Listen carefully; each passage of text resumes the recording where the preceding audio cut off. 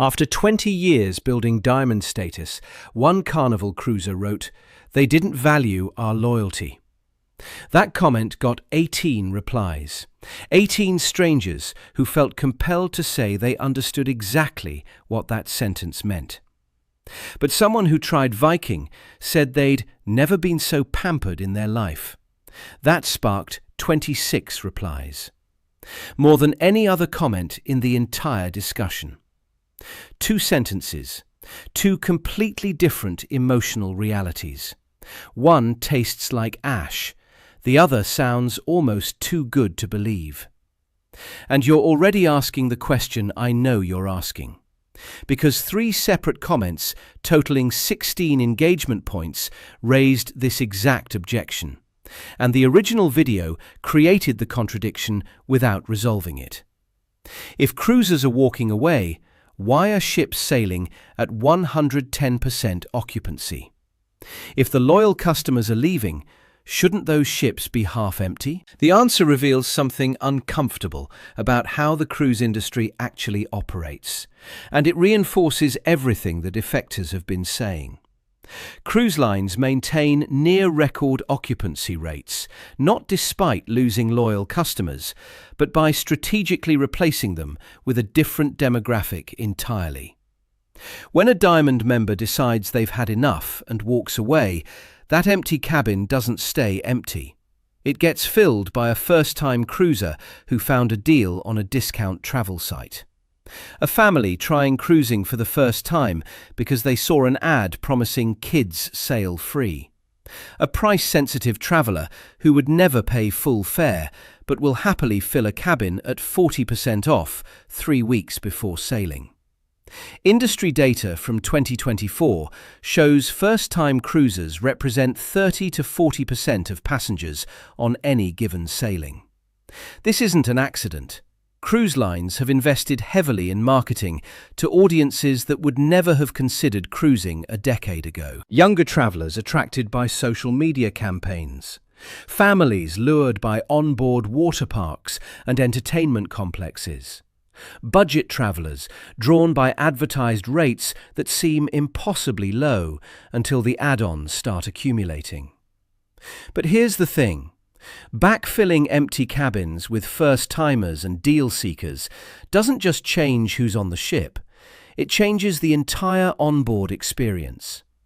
A ship full of loyal cruisers who understand the rhythm of embarkation, who know when to arrive at the buffet to avoid the rush, who treat crew members as returning friends.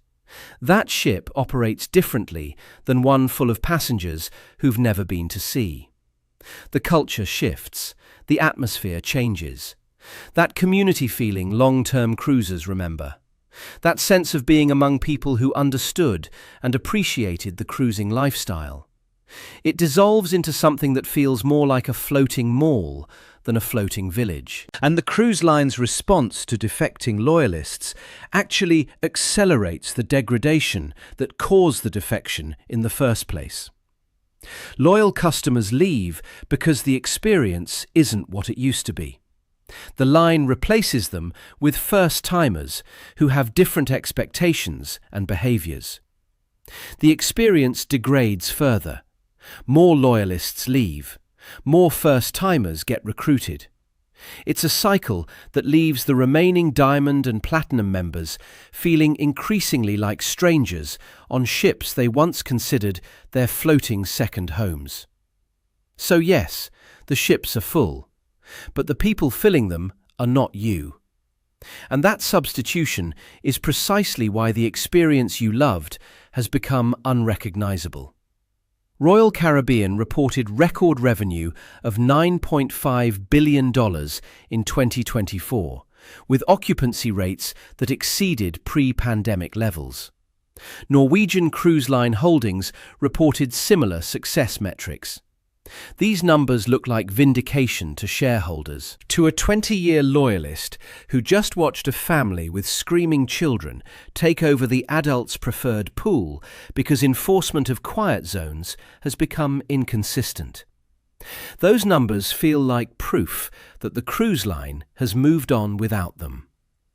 The phrase nickel and diming appeared 4 times in viewer comments, each use surrounded by frustration that bordered on grief. Diamond status, platinum status, these aren't just program tiers. They appeared 11 times in a single comment section because they represent something far more personal.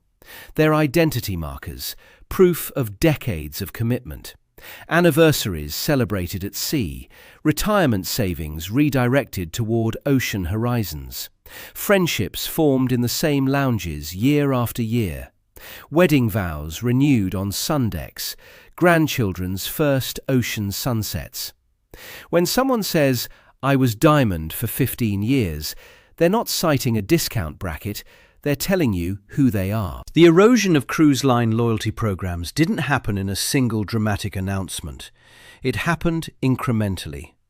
Announced in press releases that emphasized enhanced experiences while burying benefit reductions deep in revised program documents. Death by 1,000 cuts, each one small enough to seem petty if you complained. Carnival's very important Fun Person program, VIFP, once offered Diamond members a meaningful suite of perks. Priority boarding that actually meant something. Priority tender service when ships anchored offshore. Free laundry for those extended voyages.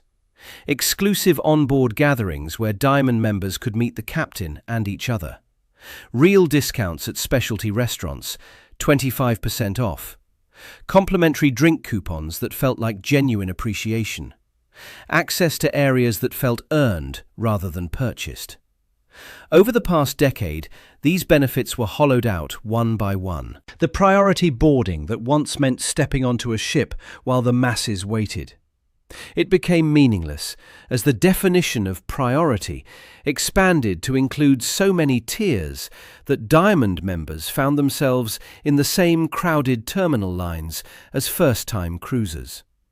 What's the point of priority boarding when everyone has priority?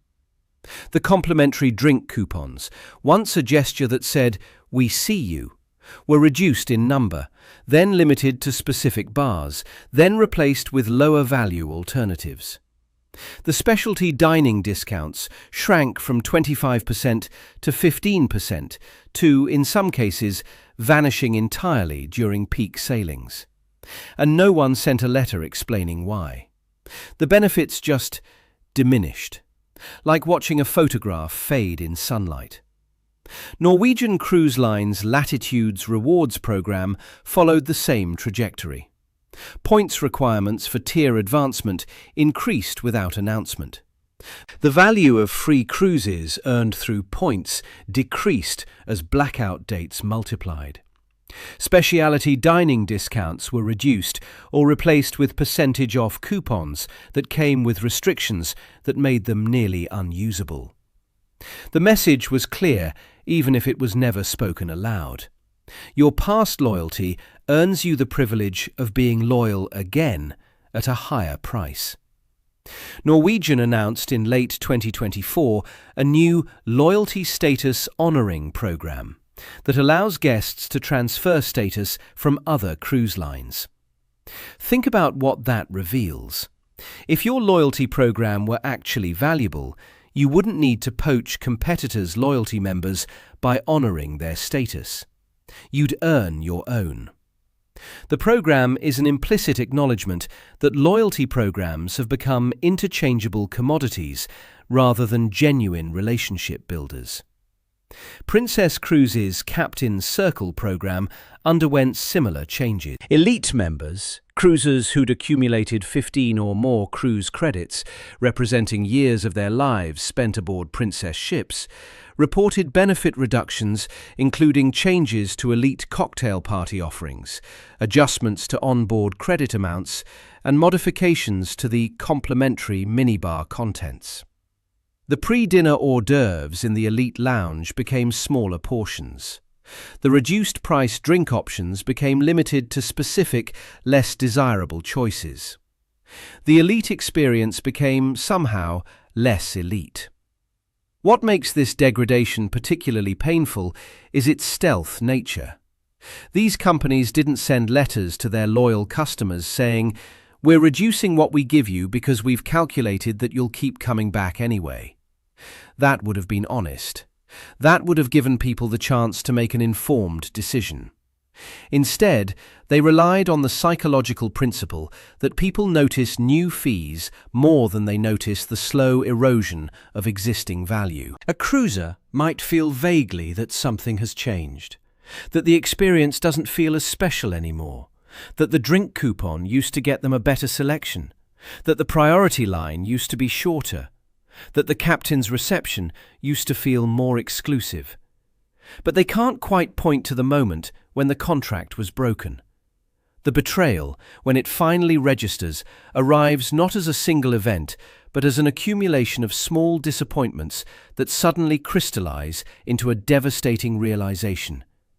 They stopped seeing me as a guest and started seeing me as a revenue stream to optimize. The emotional register of the comments, language like "stabbed those of us," "slap in the face," and "feel so betrayed," reveals that these viewers aren't complaining customers. They're not nitpicking minor inconveniences. They're people experiencing something that feels remarkably like the end of a relationship. The specific, singular grief of realizing that something you loved didn't love you back the way you thought it did. Which brings us to the real question.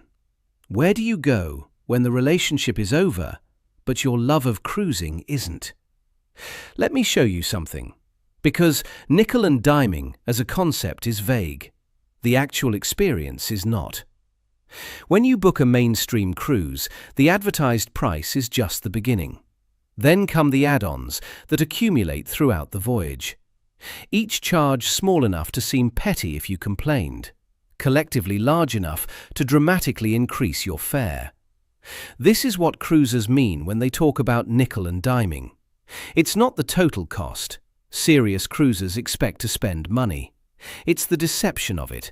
The feeling of being nickeled and dimed is the feeling of being lied to at the point of sale and then charged for the truth throughout your vacation.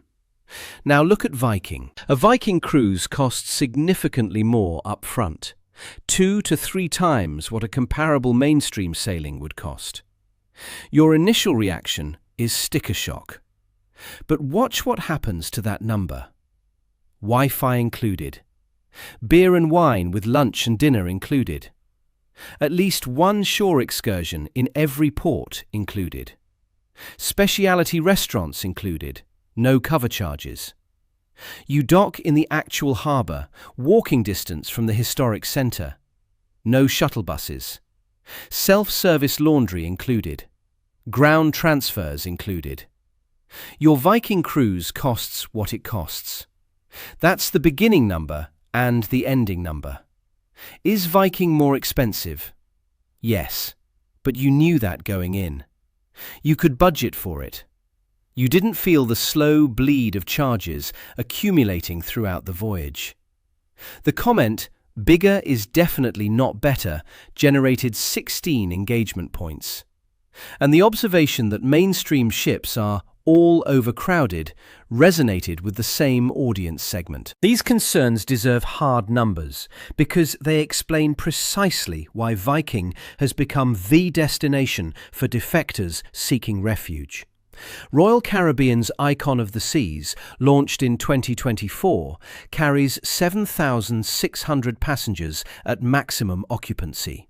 Think about that number. That's not a cruise ship, that's a floating city. That's larger than some of the historic Mediterranean towns passengers pay thousands of dollars to visit. The Oasis-class ships carry around 6,780. Carnival's Mardi Gras-class ships carry over 5,200. Norwegian's Prima-class ships carry around 3,200. When these ships sail at 110% occupancy, the industry term for every cabin being full, plus additional passengers in convertible spaces, they become floating municipalities with populations larger than many of the ports they visit. Viking's ocean ships carry 930 passengers. 930. Let that number sit for a moment, because the math on public space is stark, and it explains everything about why the onboard experience feels so different. When you divide the available pool deck, dining venues, and tender spots among 930 people versus 6,000 people, the experience of being a passenger is fundamentally different. Viking passengers don't compete for lounge chairs at 6 in the morning by throwing towels on them before breakfast. They don't wait 45 minutes for a tender to shore while hundreds of other passengers jostle for position. They don't navigate crowds of thousands when trying to reach the buffet or find a quiet spot to read. The passenger-to-crew ratio determines everything about how a cruise feels. On a megaship, you are one of thousands. The crew cannot learn your name. The bartender cannot remember your drink. The dining room staff cannot anticipate your preferences. There are simply too many of you, and the mathematics of service quality are unforgiving. The port experience differs dramatically as well. Many historic European ports can't accommodate megaships. The harbours are too shallow. The docks are too small. The infrastructure was built centuries ago for vessels a fraction of the size. What this means is that Carnival and Norwegian passengers visiting Mediterranean destinations often dock at industrial ports miles from city centres. They step off the ship at a container facility. They board buses. They sit in traffic. They arrive at their destination already tired and frustrated, having lost an hour or more to transfer logistics. Viking's smaller ships sail directly into ports that larger vessels can't reach. Passengers step off the gangway and find themselves in the heart of Dubrovnik, the canals of Venice, or the harbours of Greek islands, not taking hour-long bus transfers from container ship facilities. This isn't a failure of execution by mainstream lines. It's an inherent consequence of scale. A ship carrying nearly 8,000 people can't deliver an intimate experience, no matter how many crew members it employs, or how many dining venues it offers. The buffet will be crowded at peak times. It must be, because 8,000 people need to eat. The pool will be packed on sea days. It must be, because 8,000 people want sunshine. The embarkation and debarkation process will feel like processing cattle rather than welcoming guests. It must, because 8,000 people need to board and disembark in a limited time frame. Viking's decision to cap ship size at under 1,000 passengers isn't a limitation of their shipbuilding capabilities. It's a philosophical commitment to a passenger experience that simply cannot exist at megaship scale. When Torstein Hagen founded Viking in 1997, he did so with 4 river vessels and a philosophy that would eventually distinguish his company from nearly every other cruise operator in the world. Hagen built Viking on the principle that cruise travel should be about enrichment rather than entertainment, about destinations rather than distractions, about treating passengers like guests rather than captive consumers. This wasn't just marketing language, it was embedded in every decision about how Viking ships would be designed and operated.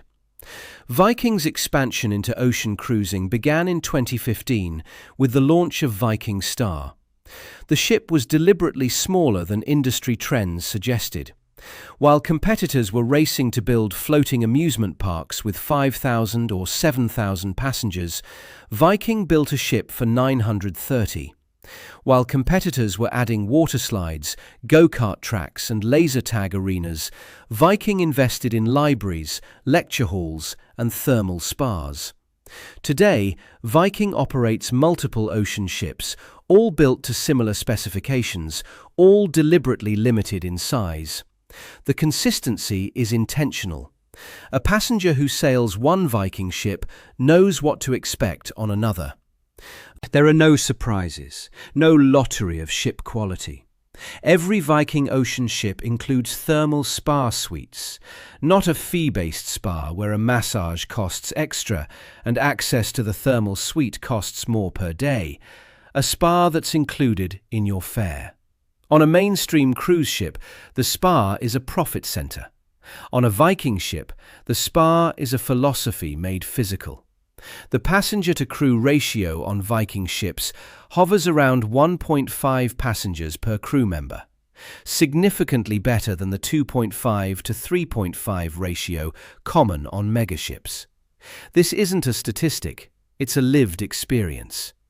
This manifests as crew members who remember names without checking screens, who anticipate preferences because they have time to notice them, who pause for conversation because they aren't racing to service the next table before another wave of passengers floods the dining room, who bring your preferred wine to dinner because they remember what you ordered 2 nights ago. What defectors from mainstream lines frequently report when they try Viking is a sensation of remembering. Not remembering Viking specifically, they've never sailed it before, but remembering what cruising used to feel like before the nickel and diming started, before the ships became floating cities of 6,000 strangers, before the loyalty programs became exercises in diminishing returns, before every interaction felt like a potential charge on the final bill. They remember being pampered. They remember being seen. They remember why they fell in love with cruising in the first place. A Cruise Critic Forum post from June 2024 captured this trajectory. After over 50 voyages with Princess Cruises, we found ourselves wanting more, not less, for our cruise experience. That sentence contains the entire emotional arc. Decades of loyalty, an expectation of growth and reward, and the painful realization that the relationship was moving in the opposite direction. Another reviewer described the psychological shift. The first thing you notice is what's missing: the chaos, the crowds, the constant upsells. Then you notice what's present: actual silence by the pool, crew members who use your name without checking a screen, wine appearing at dinner without a charge appearing on your account. That observation speaks to the cumulative effect of the nickel and diming culture. It's not any single charge that wounds loyal customers. It's the constant reminder that every interaction is being monetized. The persistent, exhausting awareness that the cruise line is looking for opportunities to extract additional value from you rather than deliver value to you. One reviewer described returning to Viking after years of sailing mainstream lines and feeling like I'd been holding my breath for a decade without realizing it. That metaphor captures something quantitative analysis misses: the physical, embodied experience of relaxing into an environment that isn't constantly extracting value from you. The release of tension you didn't know you were carrying. But here's where I have to be honest with you. Because credibility matters more than enthusiasm, and I won't pretend the picture is simpler than it actually is. That comment about being pampered on Viking generated 26 replies with 0 visible likes on the comment itself.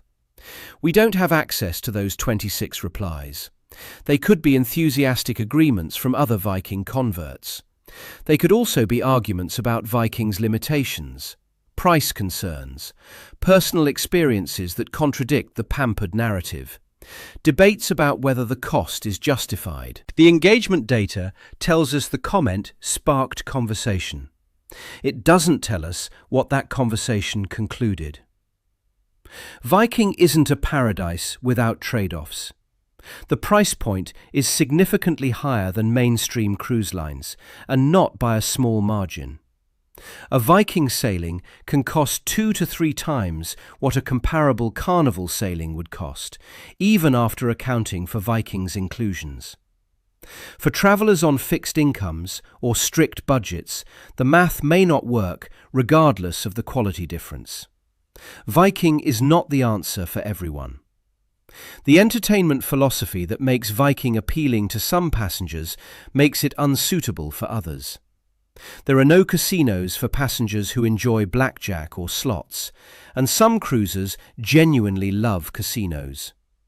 There are no production shows for passengers who want Broadway-style entertainment, and some cruisers genuinely want that entertainment.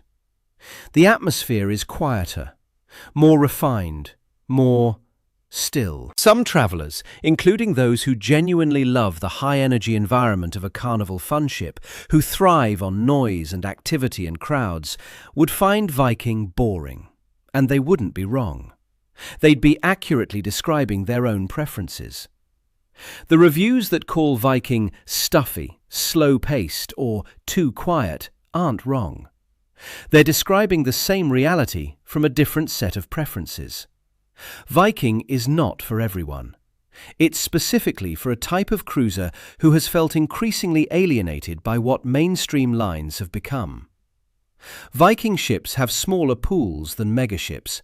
There's no wave pool, no multiple-deck water feature. Fewer bar options. You won't find a different themed bar on every deck. Less variety in dining venues. The specialty restaurants serve excellent food, but there aren't 12 of them.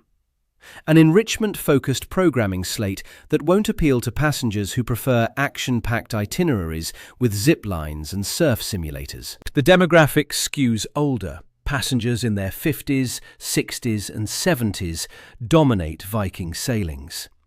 This creates a different social atmosphere than the multi-generational mix found on mainstream lines. If you're 40 and hoping to meet other 40-year-olds, your odds are better elsewhere. The honest frame isn't Viking is perfect, it's Viking is worth investigating for a specific type of cruiser who has felt increasingly alienated by what mainstream lines have become. The passengers most likely to find their cruising home with Viking are those who prioritize destination experiences over onboard entertainment, who value quiet sophistication over high-energy fun, who are willing to pay more, sometimes significantly more, for an experience that doesn't nickel and dime them after booking, who specifically want an adult-only atmosphere without children or casinos or production shows. That description matches many of the Diamond and Platinum defectors expressing frustration in comments. It doesn't match everyone, so here's what the evidence actually shows. Carnival, Norwegian and Princess systematically degraded the value proposition for their most loyal customers while simultaneously marketing to a different demographic that would replace defectors without complaint. Loyalty programs that once felt like recognition became exercises in managing expectations downward. Diamond and Platinum status holders, people who'd invested decades and tens of thousands of dollars into these relationships, found themselves competing for attention with first-time cruisers who booked through discount sites 3 weeks before sailing. The cruise line's defense would likely focus on market realities. Ships must sail full. Pricing pressure requires finding new customer segments. The economics of modern cruising demand economies of scale that favor larger ships and volume-based revenue models. Labor costs rise, fuel costs rise. The only way to stay profitable is to spread those costs across more passengers. These arguments may be economically valid.